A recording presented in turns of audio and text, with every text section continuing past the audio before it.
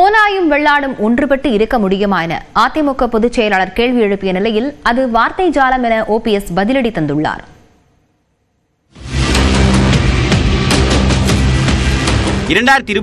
ஆண்டு சட்டப்பேரவை தேர்தலை குறிவைத்து தமிழக அரசியல் களம் சூடுபிடிக்க தொடங்கியுள்ளது.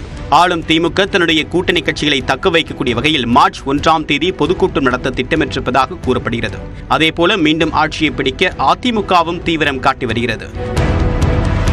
குறிப்பாக ஓபிஎஸ், டிடிவி தினகரன், சசிகலா என்று பிரிந்திருக்கக்கூடிய நிலையில் ஒருங்கிணைந்த அதிமுக வேண்டுமென்று முன்னாள் எம்பி கேசி பழனிசாமி, புகழேந்தி உள்ளிட்டோர் கோரிக்கை விடுத்து வருகின்றனர். இந்நிலையில் முன்னாள் முதலமைச்சர் ஜெயலலிதாவின் பிறந்தநாளை ஒட்டி தொண்டர்களுக்கு அதிமுக பொதுச் செயலாளர் எடப்பாடி பழனிசாமி எழுதியிருக்கக்கூடிய கடிதம் கவனத்தை பெற்றுள்ளது.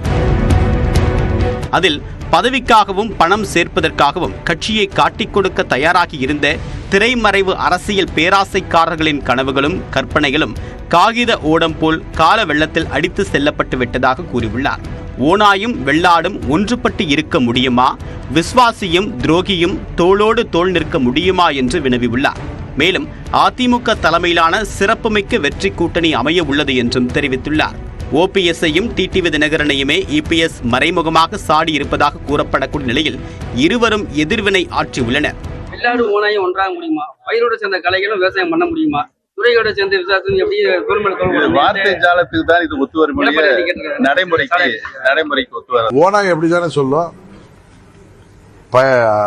அம்மாவின் தொண்டர்கள்ங்கிற பயிருக்கு இடையில முளைத்த கலை யாருன்னு மக்களுக்கு தெரியும்.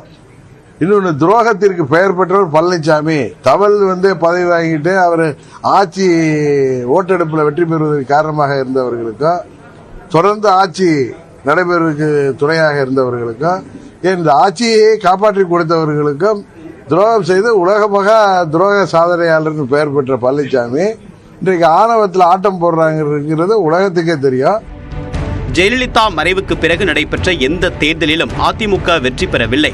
2019 மக்களவைத் தேர்தல், 2021 சட்டப்பேரவைத் தேர்தல், உள்ளாட்சி தேர்தல், 2024 மக்களவைத் தேர்தல், இடைத்தேர்தல்கள் என்று தோல்விகளையே சந்தித்துள்ள அதிமுகவுக்கு 2026 ஆண்டும் அக்னி பரீட்சையே.